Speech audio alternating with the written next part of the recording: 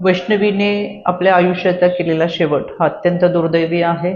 एकीकडे चांद्रयान यशस्वी झालं म्हणून आनंद साजरा करणारे आपण लोक, एआयच्या तंत्रज्ञानाच्या युगामध्ये वावरणारे आपण लोक, आणि अजूनही दुसरीकडे एक विकृत मानसिकता दिसते. म्हणजे हुंड्यासाठी पैशासाठी जर छळ होत असेल आणि त्यामुळे या विकृतीच्या मानसिकतेला बळी पडून आत्महत्या करण्यात वैष्णवीने आपलं आयुष्य संपवलंय. मी याचा जाहीर निषेध करते. याच घटनेच्या संदर्भात बोलायचं असेल तर थोडंसं खुलासाने मला आवर्जून सांगावंसं वाटतं. 6/11/2024 रोजी करिश्मा हगवणे यांनी राज्य महिला आयोगाला तक्रार दाखल केली होती. पण ही तक्रार होती ती भाऊजय आणि भाऊ यांच्या विरोधात. 7/11/2024 रोजी राज्य महिला आयोगाने तातडीने दखल घेत पौड पोलीस स्टेशनला कारवाई करण्याच्या सूचना दिल्या. पण कोणतीही कारवाई करण्यापूर्वी हा कुटुंबातला वाद होता, कुटुंबामधली समस्या होते, कुटुंबाचे प्रश्न होते, आणि म्हणून ते कुटुंबामध्येच बसून सामोपचाराने मिटवले पाहिजेत अशा पद्धतीच्या सूचना पोलिसांना देत यामध्ये काउन्सिलिंग करत हा वाद मिटवण्यात आला होता. आणि त्यावेळेस पौड पोलीस स्टेशनने देखील कारवाई केली होती.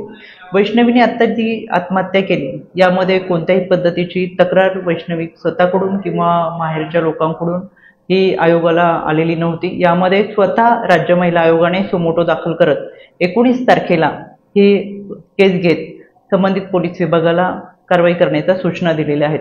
त्या अनुषंगाने आता यामध्ये 5 पैकी 3 आरोपी हे अटकेत आहेत. त्यामध्ये सासरा आणि दीर हे फरार आहेत. यासाठी मी स्वतः यामधील आयोग डोंगरे सर हे तपास करतात आहेत.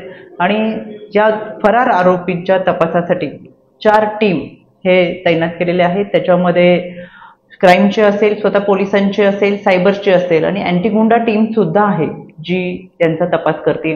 व्यक्ती कोणत्याही पदावर असू दे, पदाधिकारी असू दे, शेवटी तो गुन्हेगार आहे. यामध्ये राजेंद्र हगवणे हे राष्ट्रवादी काँग्रेस पक्षाच्या कोणत्याही पदावर नव्हते. त्यांचा मुलगा हा संघटनेमध्ये काम करत होता. त्याच्यामुळे शेवटी गुन्हेगारी विकृतीला टेचून काढण्यासाठीची भूमिका ही राज्य महिला आयोगाची राहणार आहे. याच्यामध्ये पोलीस तपास करतात. गुन्हा नोंद झालेला आहे. कडक कारवाई केली जाईल. इथून पुढे वैष्णवी होणार नाहीत यासाठी मला आपल्या सर्वांना आवर्जून विनंती करायची. शेवटी ज्या पद्धतीने बालविवाहाच्या विरोधातला कायदा आहे, गर्भनिधन चाचणीच्या विरोधातला कायदा आहे, तसाच हुंडा प्रतिबंधक सुद्धा कायदा आहे. हुंडा देऊ आणि घेऊ नये यासाठी फार मोठ्या प्रमाणातल्या मोहीम ह्या महाराष्ट्रात राबवल्या जातात. त्याच्यामुळे जे कोणी हुंडा मागत असेल तर त्यांना खरं मुलगी नकोय, हुंडा आणि लालसा त्यांच्या मनामध्ये आहे.